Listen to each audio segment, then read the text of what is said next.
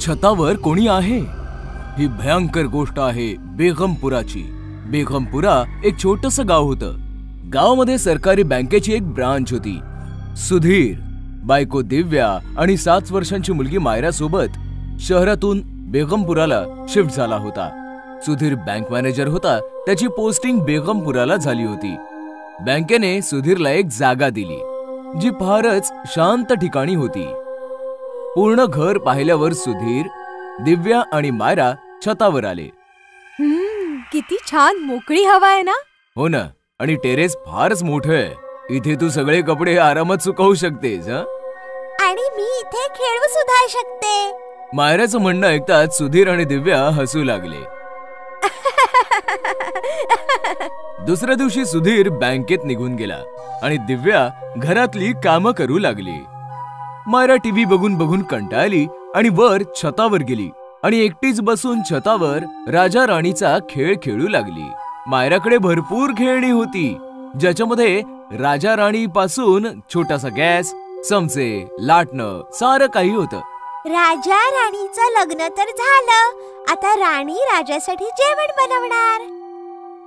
राजा बाबांसारखं office मध्ये जाईल आणि राणी आईसारखं किचन सांभाळेल. ये! तेव्हा दिव्याने मायराला आवाज दिला. मायरा, कुठे आहेस ग? मायरा, जेवण तयार आहे. ये पटकन. मायरा, माझ्या राणीचं सुद्धा जेवण तयार आहे. राजा राणी, तुम्ही नंतर खा. आधी मी जेवून येते. ओके? असं म्हणताच मायरा छतावरून खाली गेली. इथे सुधीर ऑफिस मध्ये बसून आपलं काम करत होता. नारायण, साहेब, आधीच्या मॅनेजर्सच्या ज्या काही फाईल्स पेंडिंग आहेत त्या सगळ्या टेबलावर ठेव. होय साहेब, आता आणतो. साहेब, एक गोष्ट विचारायची होती. हो हो, विचार ना. तुम्ही बँकेने दिलेल्या त्या घरामध्येच राहता ना? हो, पण का रे, काय झालं? काय नाही, फाईल्स घेऊन येतो. इथे जेवण झाल्यावर मायरा छतावर आली. अचानकपणे ती जोरात किंचाळली. मायराचा आवाज ऐकताच दिव्याचं विश्वच हललं. ती पळत पळत छतावर आली. काय झालं मायरा? तू ठीक आहेस ना? काय झालं बाळा? आई, खाली बघ ना. दिव्याने खाली पाहिलं. तीही चक्रावली. मायराने बनवलेलं राजा राणीचं घर कोणीतरी उद्ध्वस्त करून टाकलं होतं. कुणी आलं होतं का छतावर? माहित नाही, मी तर खाली गेले होते. तेव्हा अचानकपणे पिवळ्या पिवळ्या डोळ्यांची एक काळी मांजर छताच्या भिंतीवरून मायरा आणि दिव्याला न्याहाळत होती. मायरा घाबरली. आई, कॅट! ओ, तर ही महाराणी आली होती तुझा खेळ बिघडवायला. मांजर पळाली आणि दिव्या मायराला घेऊन खाली आली. Sir, files. नारायण, मला एक गोष्ट सांग. आधी जो मॅनेजर होता, काय नाव त्याचं? रस्तोगी साहेब. हा, रस्तोगी. मला सांग, त्याचा मृत्यू कसा झाला होता? सुधीरचा प्रश्न ऐकून नारायण घाबरला. अरे सांग ना बाबा. रस्तोगीच्या नंतर आलेले सगळे मॅनेजर्स त्यांनी 4 दिवसातच आपली बदली करून घेतली. तरीही नारायण गपचूप उभा होता. ठीक आहे बाबा, सांगायचं नसेल तर नको सांगूस. संध्याकाळी माझ्यासोबत घरी चल. घर जरा व्यवस्थित लावायचंय. येशील ना? अरे उत्तर तरी दे. संध्याकाळ झाली होती. मायरा कार्टून बघत होती आणि दिव्या अंगणामध्ये तुळशीच्या समोर दिवा लावत होती. अचानक सोसाट्याचा वारा सुरू झाला आणि दिवा विझला. ओह! अचानकपणे छतावरून तुळशीवर कोणाची तरी काळी सावली पडली आणि तुळस मलूल दिसू लागली. हे काय? छतावर कुणीतरी आहे बहुतेक. दिव्याने वळून छताच्या दिशेने पाहिलं तर तिला एक सावली पळताना दिसली. कोण? कोण आहे छतावर? मायरा, मायरा! आई, मी कार्टून बघते. Please don't disturb me. Myra तर हॉल मध्ये. तर मग नक्कीच छतावर कोणीतरी आहे. दिव्या शिड्या चढून छतावर आली तर वर कोणीही नव्हतं. पण झोपाळा मात्र झुलत होता, ज्याचा किरकिरणारा आवाज इरिटेट करत होता. आणि टिपॉयवर कोणीतरी जळती सिगरेट सोडून गेलं होतं. सिगरेट? सुधीर तर अजून परत नाही आले. मग ही सिगरेट कुणाची आहे? आणि तेवढ्यात खाली किचन मध्ये एक जोरदार आवाज आला आणि त्यानंतर मायराची किंकाळी. दिव्या पळतच खाली आली. किचन मध्ये दुधाचं भांड खाली जमिनीवर पडलं होतं. सगळं दूध पसरलं होतं. तेवढ्यात सुधीर पण नारायण सोबत घरी पोहोचला होता. काय झालं? दूध सांडलं? कदाचित मांजरीने केलं असणार. दिव्याने भांड उचललं तर भांड्याच्या तोंडावर रक्त लागलं होतं. हे बघताच दिव्या थरथरत म्हणाली, नाही सुधीर, हे मांजराचं नाही, दुसऱ्या कोणाचं तरी काम आहे. दुपारी मायराचा खेळ कुणीतरी बिघडवून टाकला होता. मला वाटलं मांजर आहे, पण नाही. तो दिवा विझणं, काळी सावली, जळती सिगरेट आणि आता हे रक्त. मला जाणवतंय सुधीर, छतावर कोणीतरी आहे. अगं पण कोण? तू माझं ऐक. कुणीतरी काळी सावली. Come on Divya, stop it. तेव्हा शांत उभा असलेला नारायण थरथरत म्हणाला, मॅडम बरोबर बोलतायत साहेब. तुम्हाला माहित करून घ्यायचं होतं ना रस्तोगी कसं मेले. तुमच्या घराच्या याच छतावरून पडून मेले. त्यांची सावली आहे छतावर. त्यांच्याच मुळे आज पातूर इथं कोणताही मॅनेजर टिकू नाही शकलाय. मला तोंड उघडायला अलाउड नाहीये, तरी पण सांगतो, निघून जा साहेब. काय नारायण, आता तू पण सुरू झालास? बरं मला सांग, रस्तोगी छतावरून खाली कसा पडला? पक्का बेवडा होतो साहेब. बायको सोडून निघून गेली होती. एकटाच घरात राहायचा आणि बायकोच्या आठवणीमध्ये छतावर येऊन रोज पित राहायचा. अचानक बॅलन्स बिघडला आणि खाली पडून मेला साहेब. बंद करी बकवास. आता तू निघ, मी सगळं सामान घेईन. दिव्या, तू पटापट हे साफ कर आणि जेवणाची तयारी कर. रात्रीचे 12 वाजले होते. दिव्या, मायरा सगळे झोपले होते आणि अचानक छत थरथरू लागलं आणि तिघांची झोपमोड झाली. मी म्हटलं होतं ना, छतावर कोणीतरी आहे. मी म्हटलं होतं. डोंट वरी, चला जाऊन बघूया आपण. मायरा बेटा, तू इकडे थांब. असं म्हणतात सुधीर दिव्यासोबत छतावर आला आणि तिकडचं दृश्य पाहून त्याच्या हृदयाचा थरकाप उडाला. झोपाळ्यावर रस्तोगीचं भयंकर भूत बसलं होतं, जे झोके घेत होतं. झोपाळ्याचा तो किरकिरणारा आवाज शांतता भंग करत होता आणि अचानकपणे तो झोपाळा थांबला. तुम्ही लोक अजून इकडे जात? निघून जा माझ्या घरातून. रस्तोगी, का सगळ्यांना त्रास देतोयस तू? मी पुन्हा नाही बोलणार. उद्या सकाळपर्यंतची वेळ आहे. निघून जा, नाहीतर तुझी मुलगी माझ्यासोबत झोपाळा झुलत असेल. सुधीर चल प्लीज, इथून चल. हताश सुधीर दिव्यासोबत खाली आला. रात्रभर दोघेही पॅकिंग करत बसले आणि सकाळ होताच दोघेही मायरा सोबत ते घर सोडून निघाले. डॉक्टर बनला भूत ही कहाणी आहे शाहगंजची.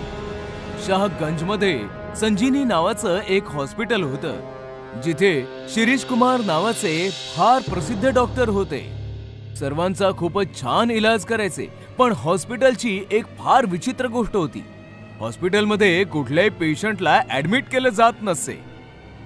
दिवसा इलाज व्हायचा आणि संध्याकाळच्या आधी पेशंट्सना घरी पाठवून देण्यात येईल. अंधार व्हायच्या आधी हॉस्पिटलला टाळं लागायचं. एके रात्री दिनेश नावाचा एक मुलगा इलाज करायला हॉस्पिटलमध्ये आला. रात्री इकडे इलाज होत नाही, माहित नाही का? नाही, पोटदुखीचा इलाज करायला आलोय. खूप दुरून आलोय मी, म्हणून प्रवासात पूर्ण दिवस निघून गेला. प्लीज मला आतमध्ये जाऊ द्या. डॉक्टर साहेब घरी गेलेत. हॉस्पिटलला टाळं लागलंय, दिसत नाही काय? उद्या सकाळी ये. इकडून. वॉचमॅनने दिनेशला पळवला आणि दिनेश अडचणीत सापडला. फार अपेक्षा घेऊन आलो होतो. पोटदुखीचा इलाज झाला असता तर रात्री सुखाने झोपलो असतो. पण आता या अनोळखी शहरामध्ये पोटदुखी घेऊन कुठे भटकू? तेव्हा दिनेशचं लक्ष पार्किंग मध्ये उभ्या एका कारवर गेलं. असं वाटतंय ही डॉक्टर साहेबांची गाडी आहे. म्हणजे डॉक्टर साहेब आतमध्येच आहेत. मी डॉक्टर साहेबांकडे जातो, मग ते माझा नक्कीच इलाज करतील. दिनेशने पार्किंगची भिंत ओलांडली आणि हॉस्पिटलमध्ये आला. हॉस्पिटल एकदम सुनसान होतं. सगळे बेड्स एकदम रिकामे होते. ना कुठली नर्स होती, ना ही कोणी वॉर्ड बॉय. कमाल आहे, एकही पेशंट, एकही नर्स नाही. आता डॉक्टर साहेबांची केबिन शोधायला हवी. दिनेशला केबिन मिळाली. दरवाजा ढकलून तो आतमध्ये गेला. डॉक्टर शिरीष त्याच्याकडे पाठ करून एक्सरे पाहत होते. माफ करा सर, जबरदस्तीने आतमध्ये आलो. त्रासच असा होतोय की सकाळपर्यंत वाट नाही पाहू शकत. बस तिकडे दिनेश. सॉरी सर, पण मी पहिल्यांदा तुमच्या हॉस्पिटलमध्ये आलोय. मग तुम्हाला माझं नाव कसं माहिती? तेव्हा अचानकपणे दिनेशच्या नजरा डॉक्टरांच्या पायांकडे गेल्या. डॉक्टरांचे दोन्ही पाय एकदम उलटे आणि टोकदार होते. कोण आहे तू? डॉक्टर जसा दिनेशकडे वळला, दिनेशचा श्वास अडकला, कारण की डॉक्टर एक भयानक भूत होता. दिनेश लगेच दरवाजाच्या दिशेने पळाला, पण दरवाजा तर लॉक्ड होता. दरवाजा उघडा, वाचवा वाचवा. पण डॉक्टराच्या भूताने दिनेशला पटकन पकडलं. तू इकडे आलायस तर स्वतःच्या मर्जीने, पण जाशील माझ्या मर्जीने, आणि मी तुला जाऊ नाही देणार.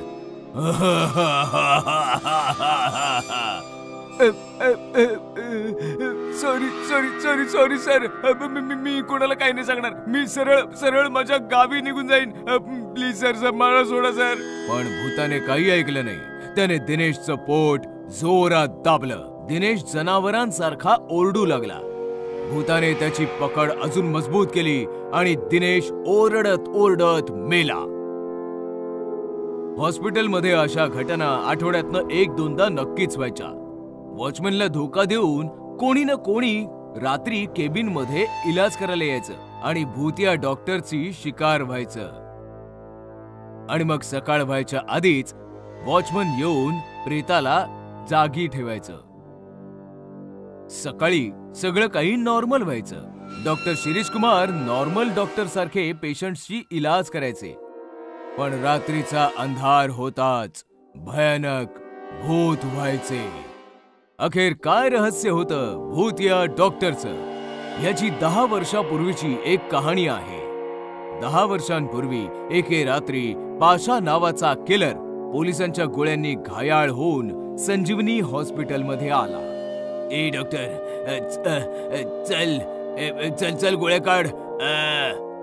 ही तर पोलीस केसची गोष्ट आहे. चल गोळ्या काढ नाही तर गोळ्या घालीन तुझ्या डोक्यात.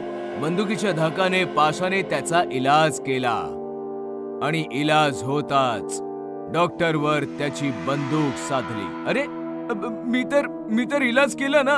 हो, इलाज केलास आणि त्याच्या सोबतच पोलिसांना पण इन्फॉर्म केलास. धोकेबाज. पाशाने बंदुकीने डॉक्टरचा जीव घेतला आणि मग तिथून पळून गेला. तेव्हापासनं डॉक्टर भूत बनलाय. दिवसा रोग्यांचा उपचार करतो आणि रात्री हैवान. एके रात्रीची गोष्ट आहे. वॉचमन गेटवर नव्हता. गेट ओपन होता. तेव्हा एक पोलीस ऑफिसर त्याच्या बायको सोबत आला. ट्रान्सफरच्या बरोबरच तुझे आजार पण ट्रान्सफर होतात. चल आता आतमध्ये जा, मी कॉल संपवून येतो. बायको आतमध्ये गेली आणि ऑफिसर मोबाईलवर बोलू लागला. बोलता बोलता त्याचं लक्ष हॉस्पिटलच्या बोर्डकडे गेलं. संजीवनी हॉस्पिटल. शिट. ऑफिसर पळत पळत केबिन मध्ये आला आणि त्याने पाहिलं डॉक्टरच्या भूताने त्याच्या बायकोचा गळा आवळला होता.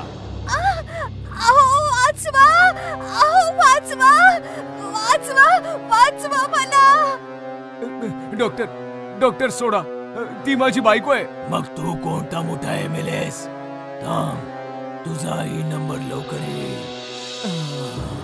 मी MLA नाही, मी तोच ऑफिसर आहे ज्याला तू त्या दिवशी कॉल करून पाशाची इन्फॉर्मेशन दिली होतीस 10 वर्षापूर्वी. आठवते? ऑफिसरचं म्हणणं ऐकल्यावर भूताने त्या बाईलाच सोडलं. बोल, कुठे आहे तो पाशा? मला त्याचा जीव घ्यायचा आहे. काही गरज नाहीये. तुझ्या कॉल नंतर मी त्याला शहरातनं बाहेर जाऊ दिलं नाही. त्याचा एन्काउंटर केला. एन्काउंटर व्हायच्या आधी त्याने तुझ्याबद्दल सांगितलं होतं. पाशा मारला गेलाय. आता तूही असं लोकांना मारणं बंद कर.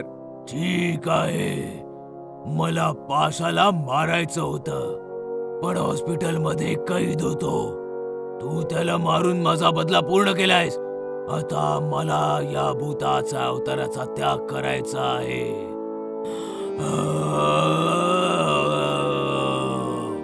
असं म्हणताच डॉक्टरचं भूत जोर जोरात हसू लागलं आणि हसत हसत आसमंतात मुक्त झालं.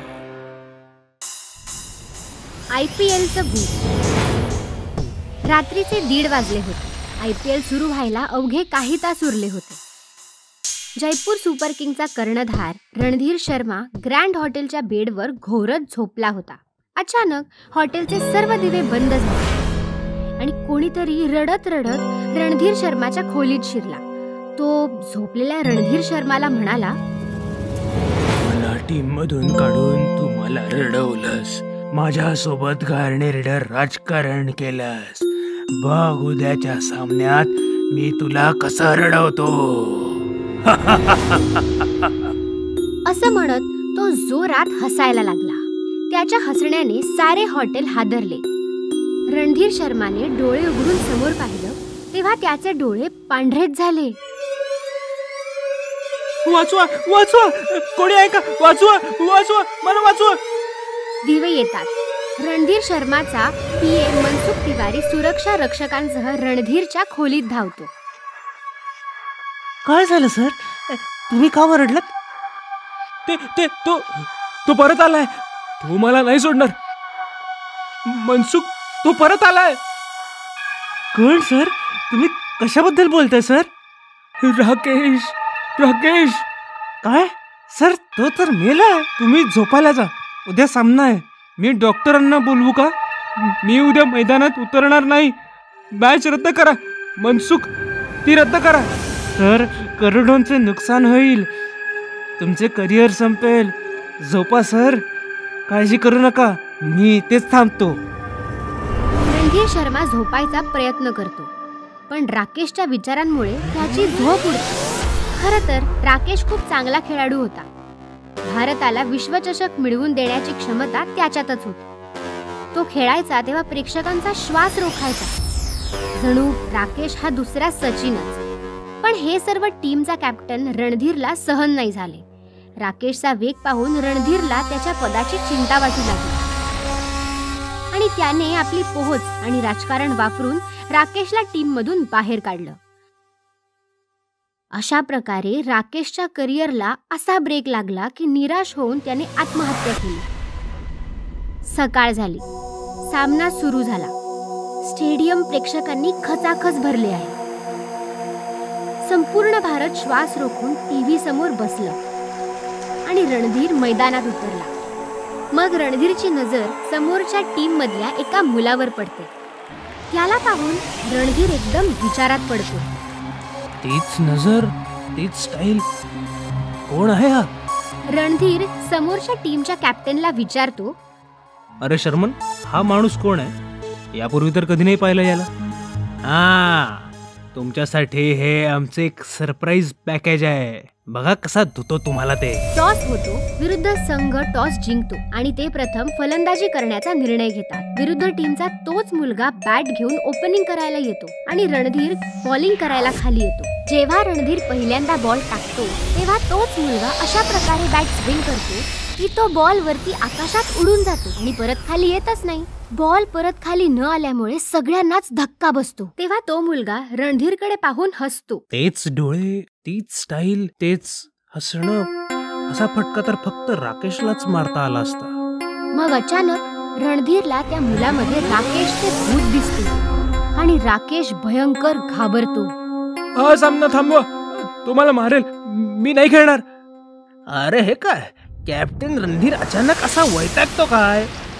हा सामना थांबवा, हा सामना थांबवा. रणधीरची अवस्था पाहून टीमचा मालक रणधीरकडे येतो. काय झालं? हा काय वेडेपणा आहे? सर, राकेश परत आलाय, तो मला मारेल. आणि मी आपण हरलो तर तुला नक्की मारेल. कोट्यावधी रुपये गुंतवले आहेत मी यात, लक्षात ठेव. तुझ्या सांगण्यावरून मी राकेशला काढलं होतं. तो तिथे असता तर निदान हा दिवस तरी दिसला नसता. तू वेडा झालायस. राकेशचं भूत रणधीरकडे येतं आणि हसतं. बघ, मी नाही म्हणालो, आता मी तुला सोडणार नाही. मी फक्त तुझ्यासाठीच परत आलोय आणि फक्त तूच मला पाहू शकतोस, बाकी कोणी नाही. असं म्हणत हसत हसत फलंदाजीला तो निघून जातो. रणधीर प्रचंड घाबरलेला असतो, पण तो काहीच नाही करू शकत. रणधीरने थरथरणारा बॉल टाकल्यावर राकेशच्या भूताने जोरदार प्रत्युत्तर दिले. त्यानंतर तो बॉल थेट राकेशच्या पोटात जाऊन आदळतो. राकेश जमिनीवर पडतो. टाळ्यांच्या कडकडाटाने स्टेडियम गुंजते. रणधीर जखमी होऊनही आवाज कसा आहे ते त्याला समजत नाही. एवढ्यात राकेश त्याच्या जवळ येऊन म्हणतो, आश्चर्य वाटतंय ना, पण आता तुला कोणीही पाहू शकणार नाही आणि मलाही, कारण तू इथेच नाहीस. ते बघ, तू तिथे मॅच खेळतोयस. रणधीर पाहतो तर तो गोलंदाजी करत असतो. हे कसं होऊ शकतं? मी तर इथे, मग तो कोण आहे? हा सगळा मीच तयार केलेला भ्रम आहे. तो तुझा क्लोन आहे. लोक त्याला पाहत राहतील आणि मी तुला इथे मैदानाच्या मध्येच संपवून टाकेन. मला हवे असते तर मी तुला काल रात्रीच मारू शकलो असतो, पण मला तुला याच जमिनीवर, याच मैदानात मारायचंय. राकेशचे भूत जखमी रणधीरला बॅटने मारायला लागते. रणधीर ओरडू लागतो, तरीही कोणीही त्याच्याकडे लक्ष नाही देत. सर्वांनी रणधीरचा क्लोन रणधीर समजून घेतला आहे आणि इथे राकेश रणधीरला मारत राहतो आणि जखमी करतो. अचानक रणधीरचा क्लोन गायब होतो. प्रत्येक जण आश्चर्यचकित होतो. अरे कुठे गेला रणधीर? तू तर बॉल आणायला गेला होता ना? तो घाबरून पळून गेला असावा असं दिसतंय. रणधीर शर्मा पराभवाच्या भीतीने मैदानातून पळून गेल्यासारखे दिसतंय आणि त्याने विजय विरोधी टीमच्या झोळीत टाकला आहे. रणधीरचे चाहते ओरडू लागले, रणधीर शर्मा फरारी आहे. रणधीर शर्मा हाय हाय. हे ऐकून जखमी रणधीरचा मृत्यू होतो. अशा प्रकारे राकेशचं भूत रणधीरचा बदला घेतं. इंग्रजी हडर. ही कहाणी आहे इंग्लंडच्या लंडन शहराच्या जवळ असलेल्या छोट्याशा गाव पॅरिपोनाची. पॅरिपोना घनदाट जंगल आणि डोंगरांनी वेढलेलं एक सुंदर गाव होतं. जशी परदेशी माणसं भारत फिरायला येतात, तशीच भारतीय लोक सुद्धा परदेश बघायला जातात. असेच काही मित्र लंडन बघण्यासाठी पहिल्यांदा इंग्लंडला गेले. त्यांच्यामध्ये राजू पण होता. उंच उंच डोंगरांवर फिरणं आणि घनदाट जंगलांमध्ये रात्रभर निशाचरासारखं फिरणं राजूला खूप आवडायचं. 15 दिवस राजू मित्रांसोबत लंडन फिरत होता. त्यांनी एक गाईडही केला होता. तो त्यांना शहराची माहिती देत होता. 15 दिवसातच राजू लंडन फिरून खूप बोर झाला. यार माधव, मी खूप बोर झालोय यार. चल ना डोंगरात आणि जंगलांमध्ये जाऊया, धमाल करूया, मजा येईल. मी तर एक गाव पण सर्च केलंय. जास्त दूर नाहीये पॅरिपोना. पॅरिपोनाचं नाव ऐकताच तो इंग्रजी गाईड दचकला. न्यू न्यू पॅरिपोना न्यू. आता याला काय झालं यार? म्हणजे हा आता आपल्याला पॅरिपोना नाही फिरवणार? नाही यार, याने तर आधीच सांगितलं होतं ना, हा शहराच्या बाहेर नाही जाणार म्हणून. आणि पॅरिपोना तर अजिबातच नाही. असं काय आहे पॅरिपोना मध्ये? डोंगर आणि घनदाट जंगलांनी वेढलेलं एक सुंदर गाव आहे. याचं सोडा, तुम्ही तरी याल ना माझ्यासोबत? नाही यार, आतापर्यंत फक्त शहरच फिरलोय. या शहराची चव चाखणं अजून बाकी आहे. तुला कळतंय ना? पॅरिपोना विषयी राजूच्या मनामध्ये अजूनच उत्सुकता निर्माण होऊ लागली आणि तो एकटाच ट्रेन मध्ये बसून निघून गेला. जेव्हा तो निघाला तेव्हा रात्र होती. पॅरिपोनाला पोहोचला तेव्हा खूप रात्र झाली होती. चारी दिशांना काळे काळे डोंगर आणि घनदाट जंगल होतं आणि मधोमध होतं पॅरिपोना. हे पाहताच राजूचं मन सुखावून गेलं. अरे वा, फार मजा येणार आहे. कारण की गावकरी थकून भागून जेवून आता आराम करत असतील नाही. रात्रभर जंगल आणि डोंगरांचा आस्वाद घेतो, सकाळी सकाळी गावात जाईन. राजूने टॉर्च काढला आणि जंगलात फिरू लागला. जंगलामध्ये भयंकर श्वापद होती, पण राजूला सवय होती स्वतःला वाचवत जंगलामधनं चालत चालत डोंगराच्या माथ्यावर पोहोचला. राजूला तहान लागली होती खूप आणि त्याच्याजवळ पाणीही उरलं नव्हतं. थकलो रे बुवा. हा डोंगर जरा जास्तच टफ आहे. इथे कुठे पाणी मिळालं असतं ना तर फार बरं झालं असतं. असं म्हणताच राजू टॉर्च फिरवू लागला की अचानकपणे अंधारात एका कोपऱ्यात बसलेली म्हातारी दिसली आणि राजू घाबरला. कोण आहे तिकडे? डोंट वरी, मी सॅनिटा आहे. इथेच डोंगरावर राहते. तुला पाणी पाहिजे ना? पाण्याचं नाव ऐकताच राजू धावत पळत त्या म्हातारीकडे गेला आणि तिच्याकडनं पाणी घेऊन त्याने प्यायला. तुम्हाला मराठी पण येतं? हो, तुझ्यासारखे बरेच इंडियन्स येतात. मी त्यांचे प्रश्न ऐकून ऐकून मराठी शिकले. प्रश्न ऐकून? खूपच थंडी आहे ना, विस्की पिणार का तू? हे ऐकून तर राजूच्या मनात गुलाब फुलू लागले. हो, नक्की पिन. मग ये माझ्या मागे. राजू सॅनिटाच्या मागे मागे एका झोपडीमध्ये गेला ज्याचं छत नव्हतं. डोक्यावर चंद्र लटकत होता. अजबच झोपडी आहे ही. तेव्हा राजूची नजर लाकडाच्या पिंपावर गेली. वाटतंय की ह्याच्यामध्ये विस्की आहे. राजूने इकडे तिकडे पाहिलं पण सॅनिटा नव्हती कुठेच. वाटतंय की काही कामानिमित्त बाहेर गेली असावी. मी विस्की तरी पिऊन घेतो. जसं राजूने पिंपाचं झाकण उघडलं तो अवाकच झाला, कारण की त्याच्यामध्ये विस्की नाही, एक भयंकर विलायती हडळ बसली होती. राजू घाबरला. हडळ हसत हसत बाहेर आली.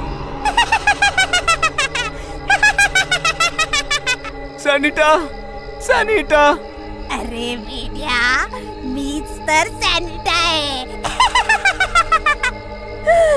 तुला फसवून इकडे घेऊन आले. पण असं का? कारण मी उपाशी आहे. मला तुला खायचंय. आता कळलं मला. गाईड पॅरीपोनाला यायचं का नाही म्हणत होता. प्लीज मला सोड, मला सोड ना. नक्कीच, तुला सुटायची संधी मी नक्कीच देईन. तू मला एक प्रश्न विचार. मी जर बरोबर उत्तर दिलं तर तू मरशील. मला उत्तर नाही आलं तर मी जळून जाईन आणि तू वाचशील. विचार, किती कठीण प्रश्न विचारायचा आहे तो विचार. पण एक लक्षात ठेव, प्रश्न एकच विचारायचाय. राजू कोंडीत सापडला. त्याला कळत नव्हतं की कोणता प्रश्न विचारला जावा जो सर्वात कठीण असेल आणि ज्याचं उत्तर त्या हडळीला येत नसावं. अरे देवा, कुठे अडकलोय मी ह्या. अशा कठीण प्रसंगी सोपं काम पण कठीण होऊन जातं आणि हिने तर प्रसंगच अजून कठीण केलाय. म्हणजे कठीण प्रश्नाचं उत्तर देणं हिच्यासाठी सोपं आहे. राजू संकटात सापडलाय हे बघून ती हडळ जोर जोरात हसू लागली. तिच्या जोर जोराच्या हसण्याच्या आवाजाने ते डोंगरही थरथर कापू लागले, ज्यामुळे तेही थरथरू लागले. काय झालं? प्रश्नाचं उत्तर नाही, प्रश्न विचारायला सांगितलाय. तो सुद्धा सगळ्यात कठीण प्रश्न, जो तुझा जीव वाचवू शकेल. चेहरा तर असा केलाय जसं काही मीच तुला एखादा प्रश्न विचारलाय. विचार तर करू दे. कर कर, पटकन विचार कर. मला खूप भूक लागलीये. भूक तर मला पण लागलीये, पण माझा जीव वाचला तर मी खाईन ना. विचार कर राजू, लवकर विचार कर. अशा प्रकारे राजूने बराच वेळ आपलं डोकं खाजवलं, पण त्याला एकही कठीण प्रश्न सुचला नाही. त्याच्या डोक्यामध्ये प्रश्न तर भरपूर होते, परंतु प्रश्न तर भरपूर आहेत, पण ही हडळ पटकन त्याचं उत्तर देईल आणि मला माझा जीव गमवावा लागेल. नाही नाही नाही, फालतू प्रश्न विचारून कोंबड्यासारखं हलाल नाही व्हायचं आहे मला. कोंबडीचं अंड. अचानकपणे राजू जोराने ओरडला. मिळाला, प्रश्न सापडला. हे ऐकताच हडळ खुश झाली. अच्छा, मला पण बघू दे किती कठीण प्रश्न आहे. जो कोणी या झोपडीत आलाय तो झोपडीच्या बाहेर नाही गेला, एवढं लक्षात ठेव. चल विचार. मी तुला जो प्रश्न विचारणार आहे ना, तो मी लहानपणापासूनच ऐकतोय, पण कोणी याचं उत्तर नाही देऊ शकलं. याचं खरं उत्तर जगातला कोणी माणूस नाही देऊ शकत. अरे तर मग पटकन विचार ना. प्रश्न हा आहे की आधी कोंबडी आली की अंड? आधी कोंबडी आली की आधी अंड? कोंबडी. अंड नाही, अंड कोंबडी, अंड कोंबडी, अंड कोंबडी, नाही नाही. अशा प्रकारे हडळ अंड आणि कोंबडी करत राहिली आणि प्रश्नामध्ये गुरफटून गेली. थोड्या वेळाने अचानकपणे ती हडळ जळू लागली आणि बघता बघता ती हडळ जळून भस्म झाली. म्हटलं होतं ना मी, या प्रश्नाचं उत्तर आजपर्यंत कोणी नाही देऊ शकलंय. अशा प्रकारे राजूने आपल्या प्रश्नाने आणि सोबतच अख्ख्या पॅरिपोनाला हडळीच्या जाचातून मुक्त केलं. भूत या पंक्चरवाला. मुंबई पुणे हायवे अंधारामध्ये गडला होता. थंडीमुळे हायवे सुनसान होता आणि सुनसान हायवेवर एक कार जोराने पास होत होती. गप्पा टप्पा करत करत राघव आणि श्वेता रस्ता कापत होते की अचानक कारचा बॅलन्स बिघडला आणि कार रस्त्याच्या कडेला उतरली. राघव सांभाळून. राघवने जोरात ब्रेक लावला. दोघेही कारच्या बाहेर आले तर कारचा टायर पंक्चर होता. शिट यार, स्टेपनी पण नाहीये, आता काय करायचं? थंडीमुळे टायरचं टेम्परेचर बिघडलं आणि तो फुटला. म्हटलं होतं मी हळू चालव म्हणून. राघवने समोर पाहिलं तर एक पंक्चरचं दुकान समोर दिसत होतं. थँक गॉड, झाला जुगाड. हॅलो, कोणी आहे का? दुकानातनं एक माणूस बाहेर आला ज्याने थंडीच्या कारणामुळे अख्ख्या शरीरभर शॉलने झाकून घेतलं होतं. कारचा टायर पंक्चर झालाय, बनवू शकता का हो? थांबा, अवजार घेऊन येतो. पंक्चरवाल्याचा आवाज जरा भारी भारीच होता. तो सामान घेऊन आला. कारचा टायर उघडून त्याने कारला जॅक लावला आणि पंक्चर बनवू लागला. श्वेता, थंडी वाढते, तू कार मध्ये बस, मी जरा हलका होऊन येतो. हा. श्वेता कार मध्ये बसली आणि राघव हलका व्हायला निघून गेला. राघव परत आला तर त्याने पाहिलं की आग जळत आहे आणि पंक्चरवाला त्याचं काम शांततेने करत आहे. आग बघताच राघव शेकोटी पाशी बसला. श्वेता पण गाडीतनं उतरून शेकोटी पाशी आली. कार मध्ये थंडी वाजते का? खूपच. अचानकपणे श्वेताचं लक्ष शेकोटीवर गेलं तर ती चमकलीच. राघव, याने तर आपल्या कारची ट्यूब जाळली. मग हा पंक्चर कसला बनवतोय? अरे हो भाऊ, आमची ट्यूब का बरं जाळली? त्यांनी पंक्चरवाल्याकडे पाहिलं तर त्यांचे डोळे विस्फारलेच राहिले. पंक्चरवाला एक भयानक भूत बनला होता ज्याचं पूर्ण शरीर जळलेलं होतं. ट्यूब जाळली कारण की मी पण जळलो होतो. बघायचंय तुम्हाला कसं?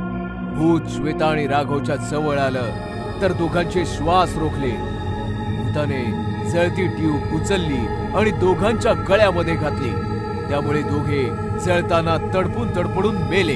या घटनेचे शिकार फक्त राघव आणि श्वेता नव्हते. जी कोणती कार हायवेने जायची नक्कीच पंक्चर व्हायची आणि पंक्चरवाला भूत पंक्चर बनवण्याच्या बहाण्याने जळती ट्यूब गळ्यामध्ये टाकून लोकांना मारून टाकायचा. पुण्याचे कमिशनर मौर्य आपल्या कार जवळ उभे राहून फोनवर बोलत होते. हॅलो, ऐका मुंबई कमिशनर, मी मौर्य बोलतोय. ड्रग्ज माफिया टोंडरा मुंबईमध्ये लपलाय. तुमचे काही पोलीसवाले त्याला साथ देत आहेत. तो पुण्यातनं पळालाय. तुम्ही त्याला आणि काही करप्ट ऑफिसरना पकडा. मी लिस्ट पाठवतो आणि मुंबईकडे निघतो. सर, मी पण येतो. एकट्याने जाण्यामध्ये धोका आहे. मी सांगितलं ना, माझ्या सोबत कोणी येणार नाही. मौर्य कार मध्ये बसून निघून गेले. मौर्याची कार वेगाने हायवे कापत होती. अचानक जोरदार ब्रेक लावून थांबली. मौर्याने बाहेर येऊन पाहिलं तर शेट यार, हिला पण आताच पंक्चर व्हायचं होतं. तेव्हा अचानक मागणं आवाज आला. काळजी करू नका साहेब, पंक्चरवाला अवजारांसकट हजर आहे. मौर्याने पाहिलं तर मागे पंक्चरवाला उभा होता. जरा लवकर करा भाऊ, क्रिमिनलला पकडायला जायचंय. पंक्चरवाल्याने टायर उघडून जॅक लावला. मी कार मध्ये बसतो, तू पंक्चर बनव जरा लवकर. मौर्य कार मध्ये बसले. पंक्चरवाल्याने एक ट्यूब काढून आग लावली त्याला आणि कारकडे बघत बघत हसता हसता तो भूत बनला. ट्यूब तयार होताच तो कारच्या जवळ गेला आणि म्हणाला, सर बाहेर या, टायर लावायचा आहे. तेव्हा अचानकपणे मौर्यांना कॉल आला. हॅलो, काय म्हणताय? ड्रग्ज माफिया टोंडरा पकडला गेला आणि त्याच्यासोबतचे पोलीस ऑफिसर देखील पकडले गेले. वेल डन. हो, मी पोहोचतोच आहे. मौर्य कार मधनं उतरून बाहेर आले तर पंक्चरवाला गायब होता आणि कारची ट्यूब जळत होती. मौर्य समजला की काहीतरी गडबड आहे. त्याने पिस्तूल काढली आणि पटकन मागे वळला तर त्याच्या मागे पंक्चरवालं भूत हसत उभं होतं. कोण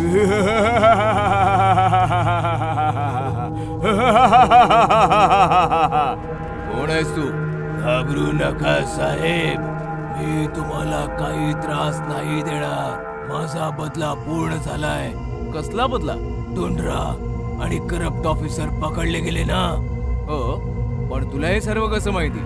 2 महिन्यांपूर्वी एके रात्री टुंड्रा कार घेऊन माझ्याकडे आला होता. ऐक, कारचा पंक्चर बनव. फक्त पंक्चर बनवायचा, बाकी बघायचा नाही. मी ट्यूब उघडली. ट्यूब मधून मला ड्रग्सचे पॅकेट मिळाले. मी पोलिसांना फोन केला. पोलीस आले, पण ते टुंड्रा सोबत मिळालेले होते. बोललो होतो ना, दुसरीकडे लक्ष द्यायचं नाही. भटकलं ध्यान, गेली जान. याला जाळून टाक टुंड्रा, बाकी आम्ही सांभाळून घेऊ. त्या रात्री टुंड्राने पोलिसांसोबत ट्यूब आणि टायर मध्ये टाकून मला जाळून मारून टाकलं. मग मी भूत बनलो आणि माणुसकीवरनं माझा विश्वास उडाला. मी निष्पाप माणसांना मारत राहिलो. आज टुंड्रा आणि ऑफिसरांच्या अटकेची न्यूज ऐकली तेव्हा समाधान झालं. आता मी मुक्त होऊ शकतो. असं म्हणताच पंक्चरवालं भूत कायमसाठी असं म्हणतात लुप्त झालं. भूतिया आरसा. खूप वर्षांपूर्वी कॉलेजच्या 2 मुली मेनका आणि सुनैना एका नवीन शहरात अभ्यासासाठी आल्या. त्यांनी कॉलेज जवळच एक रूम घेतली आणि आपल्या सामानासह तिकडे दोघी शिफ्ट झाल्या. अखेर आपण आपल्या नवीन घरात आलोच. हो, पण मी खूप दमले मेनका. आज तू जेवण बनवशील का प्लीज? मी आंघोळ करून येते. ठीक आहे. सुनैना आंघोळीचं सामान घेऊन बाथरूम मध्ये आली तेव्हा तिला बाथरूम मध्ये एक फार मोठा आरसा लावलेला दिसला आणि ती आरशामध्ये स्वतःला न्याहाळू लागली. हा आरसा तर खूप छान आहे. मी या आरशात खूप सुंदर दिसतेय. दुसऱ्या बाजूला मेनकाने जेवण बनवून तयार केलं होतं आणि मग सुनैनाला तिने आवाज दिला. सुनैना, चल ये, जेवण तयार आहे. पण बराच वेळ हाका मारल्यानंतरही सुनैना काही आलीच नाही. मेनका तिला शोधत शोधत बाथरूम पर्यंत आली. सुनैना, आता आंघोळ झाली असेल तर बाहेर ये ना. पण जेव्हा आतून काही आवाजच नाही आला तेव्हा मेनकाने दरवाजा हात लावला. तिचा हात लागताच दरवाजा उघडला गेला. मेनकाने पाहिलं तर सुनैना आतमध्ये नव्हतीच. ती अख्ख्या घरामध्ये सुनैनाला शोधू लागली, पण तिला सुनैना कुठेच नाही सापडली. ती मोठमोठ्याने रडू लागली.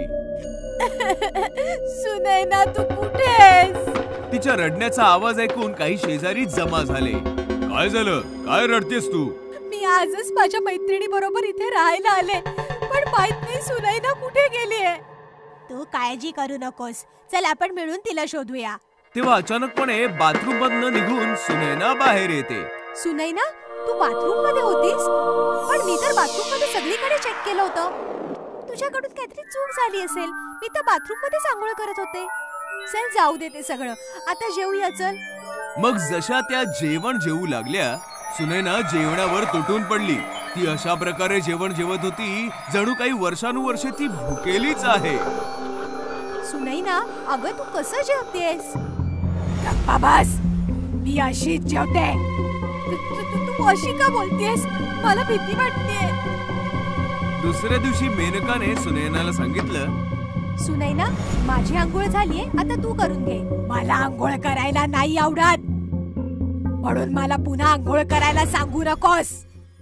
सुनैनाच्या स्वभावात अचानकपणे असा बदल झालेला बघून मेनकाला चिंता झाली. एके दिवशी मेनका सुनैनाच्या नावे पूजा करण्यासाठी मंदिरामध्ये गेली. तिने गुरुजींना सांगितलं, गुरुजी, गेल्या काही दिवसांपासून माझी मैत्रीण सुनैना खूप बदललीये. ना ती माझ्याशी नीट बोलते, ना ती आंघोळ करते, आणि ती एखाद्या प्राण्यासारखी जेवते. तू काळजी नको करूस बाळा. तिला हा देवाचा प्रसाद खाऊ घाल.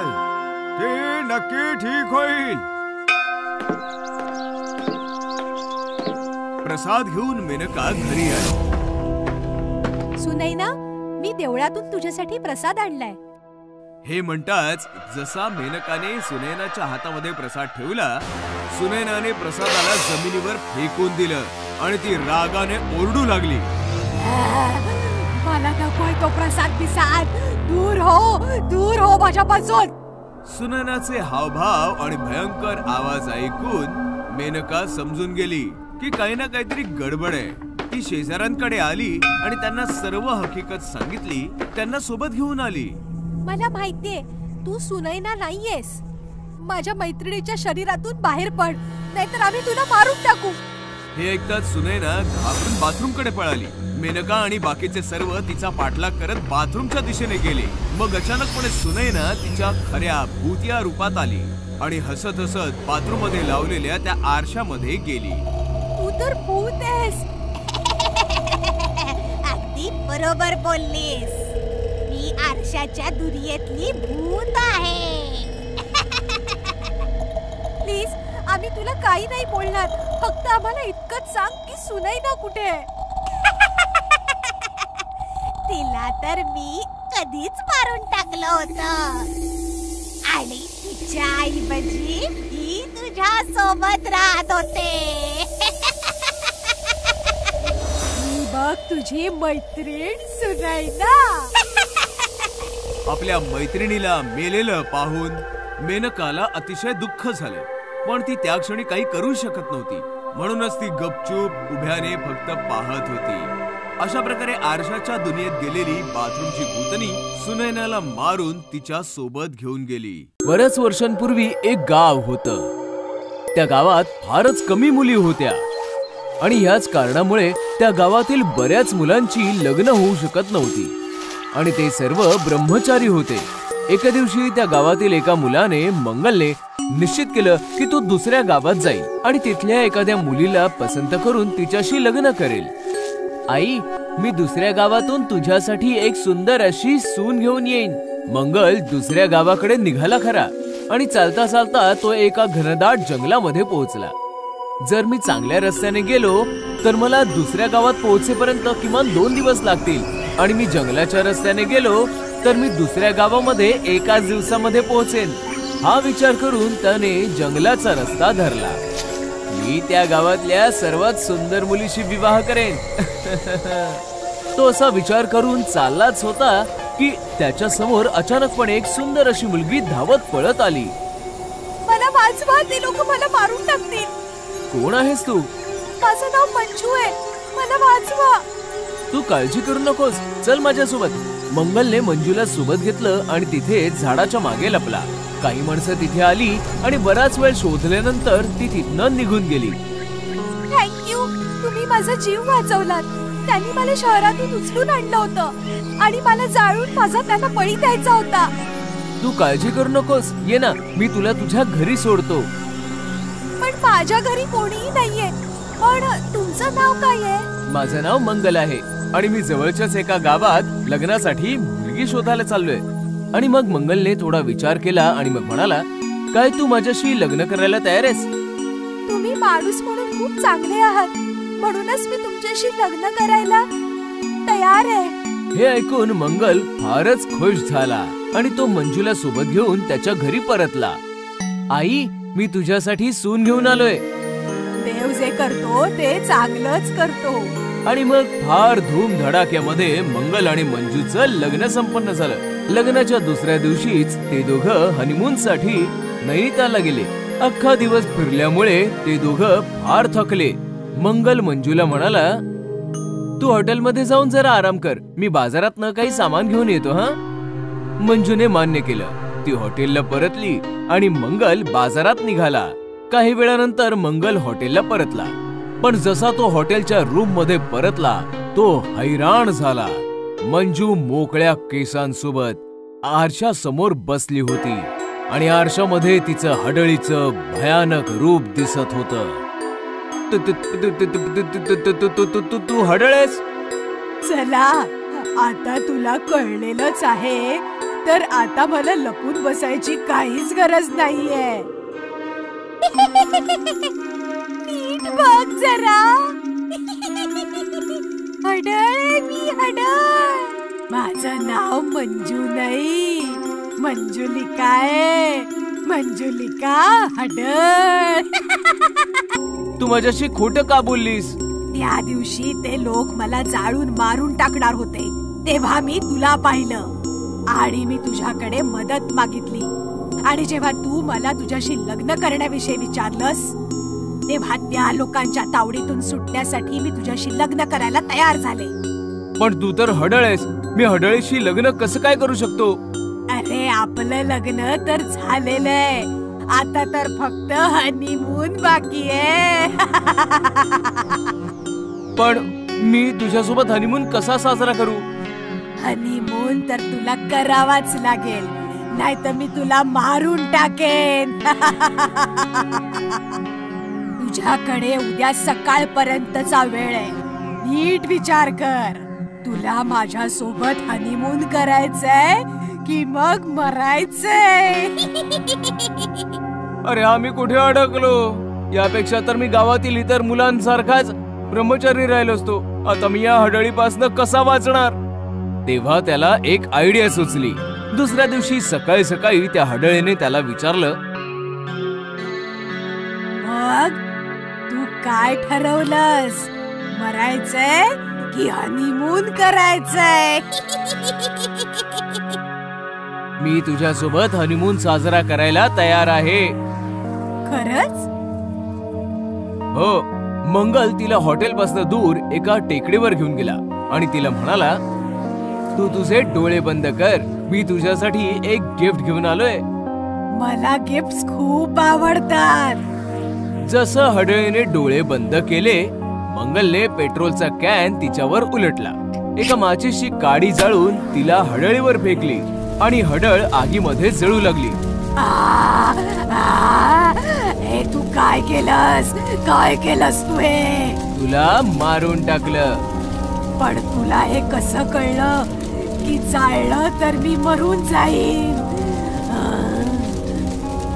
काल रात्री तूच मला सांगितलं होतंस की जंगलात त्या दिवशी तुला ती लोक जाळून मारणार होती. मग तेव्हाच मला कळलं की तुला जाळून मारलं जाऊ शकतं.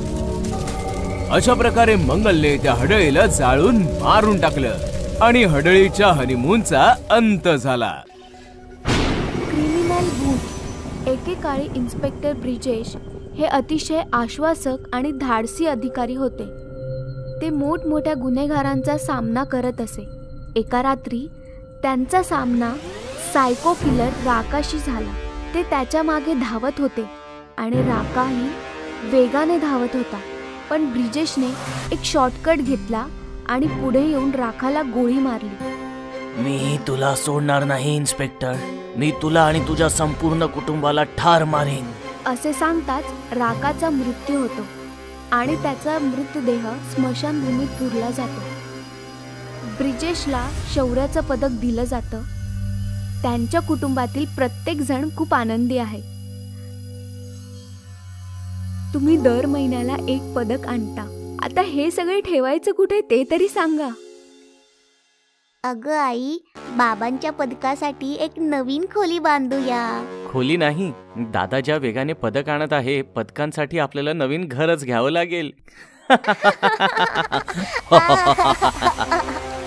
त्याच भयानक रात्री राका परत येतो, पण तो आता माणूस राहिलेला नाही. तो आता भयानक भूत बनला आहे.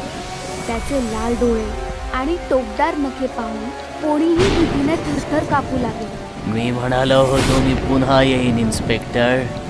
आता तुला आणि तुझ्या कुटुंबाला माझ्यापासून कोणीही वाचवू शकत नाही. दुसऱ्या रात्री ब्रिजेशचा भाऊ राजेश ऑफिसमधून घरी परतत होता. तेव्हा त्याला असं वाटलं की कोणीतरी त्याचा पाठलाग करत आहे. राजेश मागे वळून पाहतो तर कोणीच नसतं. तेव्हा त्याला एक विचित्र आवाज ऐकू येतो. तूच आहेस ना त्या शूरवीर ब्रिजेशचा भाऊ? कोण आहे? तेव्हाच राकाचं भूत त्याच्या समोर येतं. मी राका, ज्याला तुझ्या इन्स्पेक्टर भावाने ठार मारलं. आता मी तुला ठार मारेन. तुझा शूरवीर भाऊ तुला कसा वाचवतो ते मी बघतोच. राजेशला त्या भूताला पाहिल्यावर घाम फुटतो आणि तो जोर जोरात पळू लागतो. तेव्हा राका त्याच्या गळ्यावरती हल्ला करून त्याचे सर्व रक्त पितो आणि राजेश मरण पावतो. दुसऱ्या दिवशी ब्रिजेश आपल्या भावाला पाहतो आणि ढसाढसा रडू लागतो. कोणी केलं? माझ्या भावाबरोबर हे असं कोणी केलं? मी माझ्या भावाला वाचवू शकलो नाही. मग ब्रिजेशच्या बायकोला राजेशच्या हातावर नखाने काहीतरी लिहिलेलं दिसतं. बघा, भाऊजींच्या हातावर काहीतरी लिहिलेलं दिसतंय. ब्रिजेश हात वाचू लागतो. भाऊ तर गेला, आता त्याच्या बायकोची पाळी. राका. हे ऐकून ब्रिजेशला धक्का बसतो आणि त्याच्या पायाखालची जमीन सरकते. राका? राकाने हे सगळं केलंय? तू परत येईल याची मला कल्पनाही नव्हती. मी नाही सोडणार त्याला. मला वाटतं आपल्याला गुरुजींना बोलवून घेतलं पाहिजे. हे भूतबाधेचं प्रकरण आहे. हे तुमच्या आवाक्याच्या बाहेर आहे. पूजा दुसऱ्याच दिवशी गुरुजींना फोन करून बोलवून घेते. राका घरातल्या खिडकीमधून सगळं पाहत असतो. इन्स्पेक्टरची बायको, आता तू तर गेलीस. पूजा घराच्या छतावर सुकलेले कपडे आणायला जाते. तेव्हा अचानक जोरजोरात वारे वाहू लागतात आणि तिथे राका येतो. कुठे आहे तुझा इन्स्पेक्टर नवरा? तुला वाचवायला नाही येणार का? पूजा राकाला पाहून किंचाळू लागते आणि तिचा आवाज ऐकून ब्रिजेश छतावर पळत पळत येतो. पण छताचा दरवाजा बंद होतो.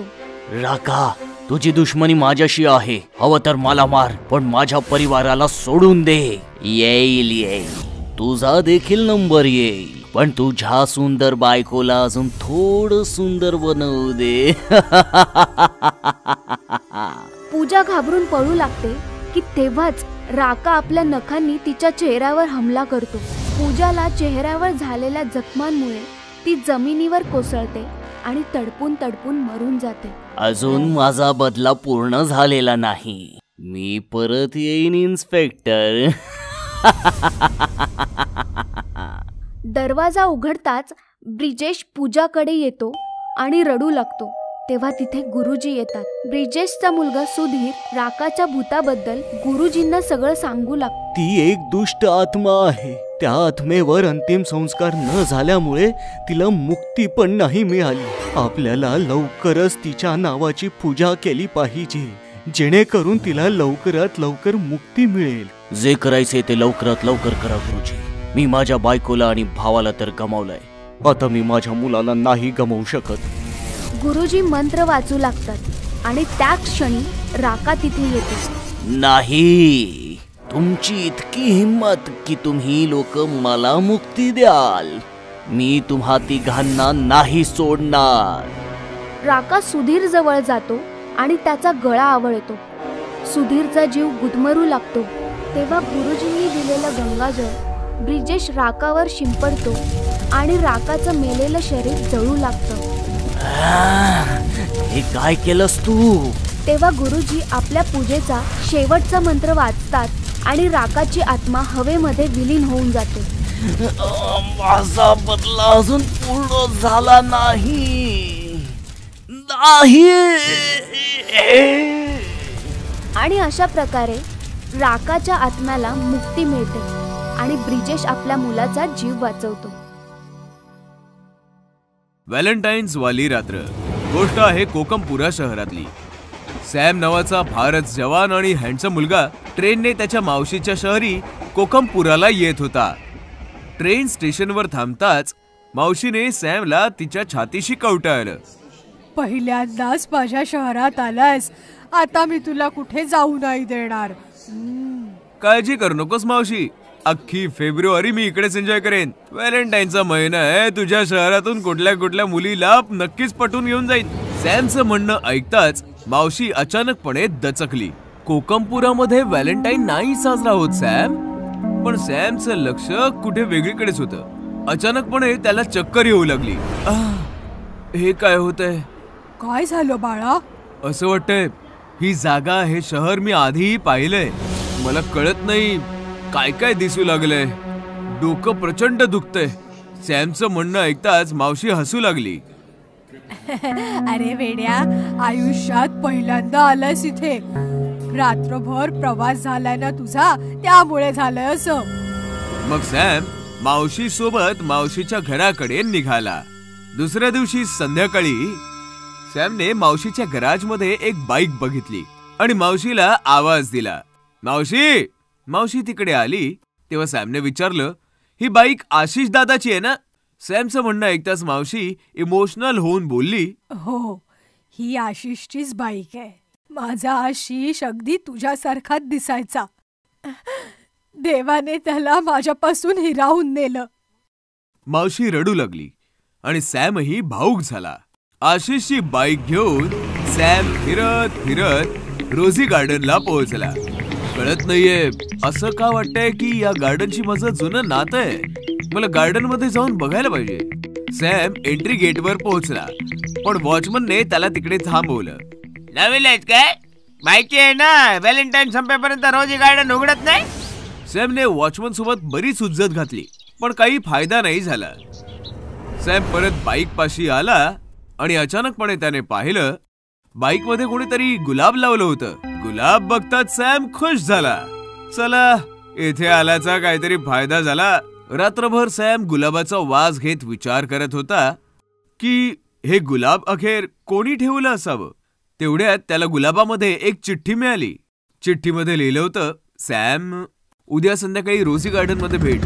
दुसऱ्या दिवशी संध्याकाळी सॅम रोझी गार्डनला पोहोचला पण वॉचमनला पाहिल्यावर त्याला पुढे जायची हिंमतच झाली नाही. कळत नाहीये या शहराला व्हॅलेंटाईन्स पासून काय अलर्जी आहे. तेवढ्यात अचानक त्याचा हात कोणीतरी मागून खेचला आणि त्याने पाहिलं एक मुलगी त्याला मागणं खेचत बाजूच्या रस्त्याने त्याला गार्डन मध्ये घेऊन चालली आहे. गार्डन मध्ये आल्यावर दोघेही थांबले. थोडा श्वास घेतल्यानंतर सॅमने बघितलं मुलगी फारच सुंदर आणि मॉडर्न होती. ओ, तर तू आहेस जिने बाईक मध्ये गुलाब आणि गुलाबात लेटर सोडलं होतं. मी आहे शर्वरी, तुझ्या मावशीच्या शेजारच्या बंगल्यात राहते. परवा तुला येताना बघितलं आणि बघता क्षणी तुझ्यावर फिदा झाले. मला तुला सांगायचंय यार, किती हँडसम आहेस तू खरंच. असं म्हणताच शर्वरीने सॅमला प्रपोज केलं आणि अशा प्रकारे दोघांची लव्ह स्टोरी सुरू झाली. व्हॅलेंटाईन्सच्या दर संध्याकाळी दोघेही लपत छपत रोझी गार्डन मध्ये भेटू लागले. किस डेची संध्याकाळ होती. बराच वेळ गप्पा मारल्यानंतर शर्वरीने अचानकपणे सॅमला किस केलं आणि म्हणाली, उद्या व्हॅलेंटाईन्स डे आहे. उद्या आपण कायमचे एकमेकांचे हो. उद्या रात्री उशिरा ये आणि आशिषचा कोणताही शर्ट घालून ये, समजलं? शर्वरीच्या किसमुळे सॅम त्याचं सर्वस्व हरवून बसला होता. अर्धी रात्र संपली होती. सॅम आशिषच्या रूम मध्ये त्याचा शर्ट शोधत होता. मावशी तिकडे आली आणि तिने सॅमला पाहिलं. नक्कीच काहीतरी गडबड आहे. फिरण्याच्या निमित्ताने उशिरा घरी येतो आणि आता हे मला याला बाहेर जाण्यापासून थांबवलं पाहिजे. सॅम, सॅम, काय करतोयस? चल निघ इथून. सॅमने मावशीकडे बघितलं. त्याचं वागणं बदललं होतं. तो एकदम भयानक बनला होता. बाजूला हो आई, आज मला कोणीही थांबवू शकत नाही. हा.